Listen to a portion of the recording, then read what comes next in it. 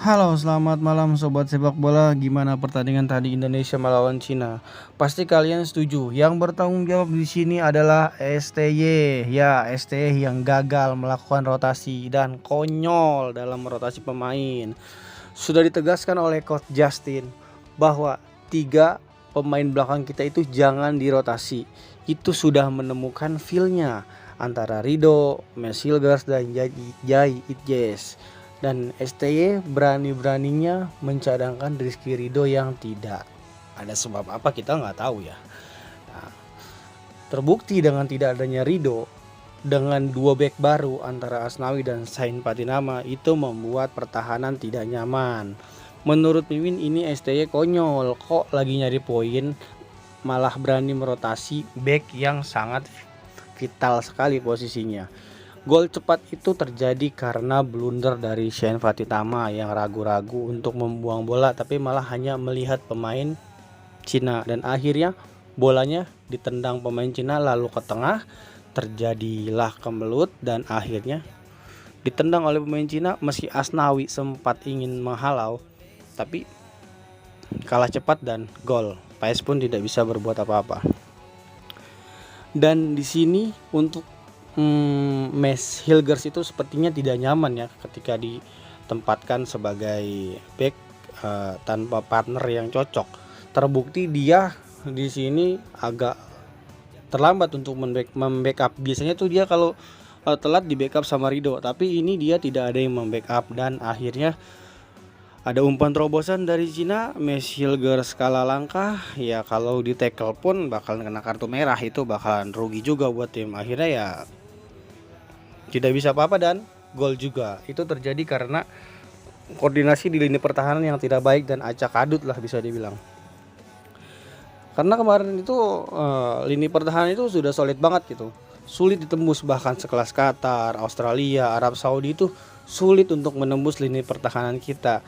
Dan ini coba kalian bayangkan, Cina yang dibantai oleh Jepang kalau nggak salah 7-0 ya. Dibantai oleh Jepang 7-0, bisa memasukkan 2 gol ke gawang Indonesia.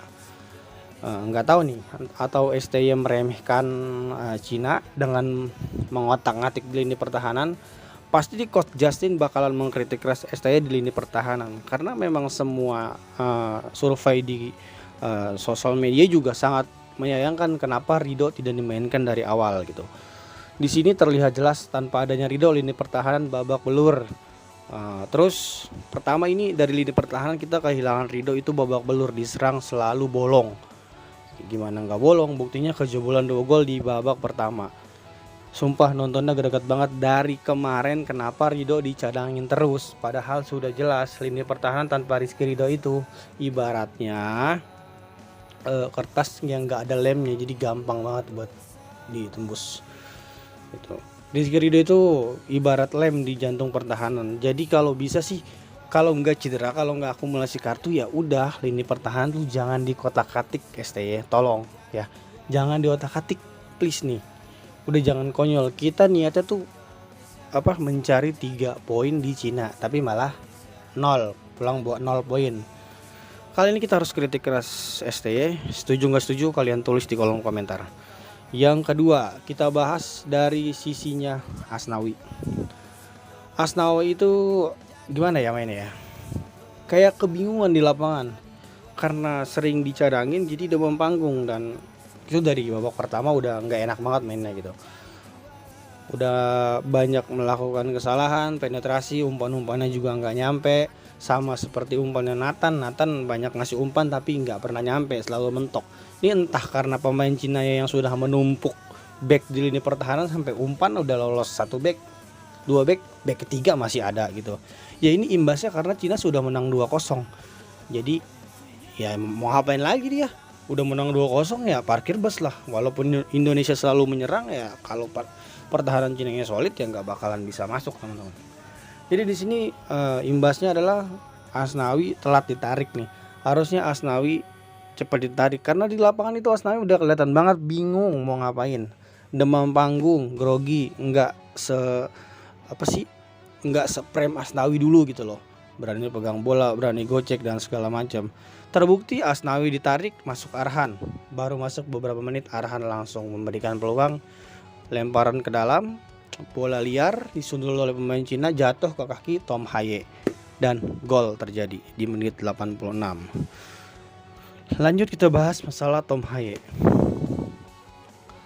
Tom Haye ini jantungnya timnas Indonesia yang ngatur ritme pertandingan. Kok bisa-bisanya Tom Haye dicadangin? Ini meremehkan lagi atau gimana STY?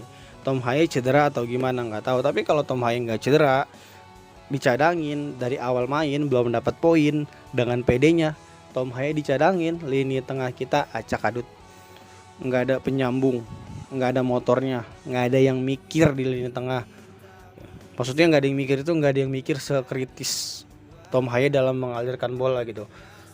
Ya semuanya kayak cuma oper, nggak ada peluang. Terbukti babak pertama minim banget peluang kan, dan di lini tengah kita kalah total. Ivar sama Nathan nggak bisa berbuat apa-apa di lini tengah.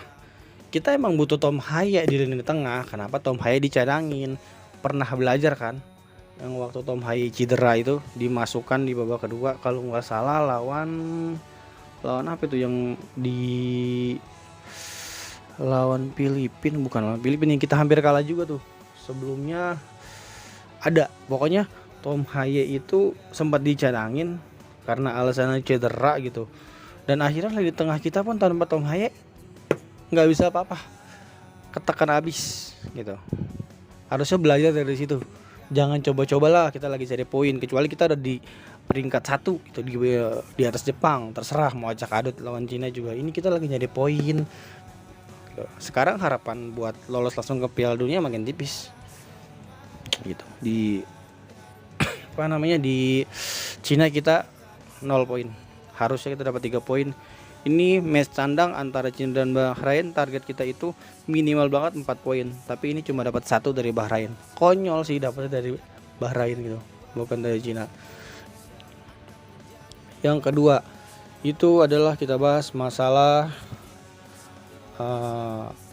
STY yang memang sedikit agak entah apa yang dipikiran STY itu, berani merotasi pemain-pemain di lini depan juga, masang Witan yang nggak bisa berbuat apa-apa. Padahal kemarin Malik Rizaldi itu udah bagus banget ya teman-teman.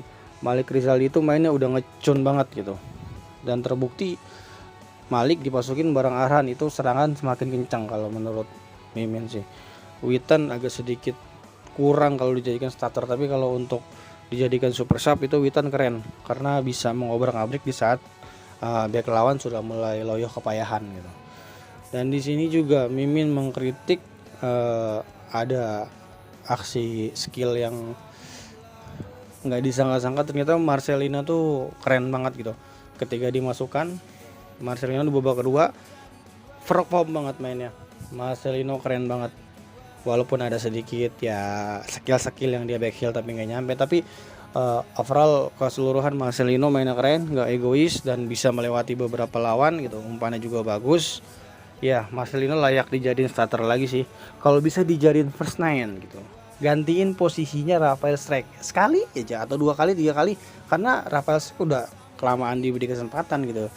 Kalau menurut Mimin sih Marcelino bisa kayaknya menggantikan posisi Rafael Strijk, didorong gitu kan jadi first nine.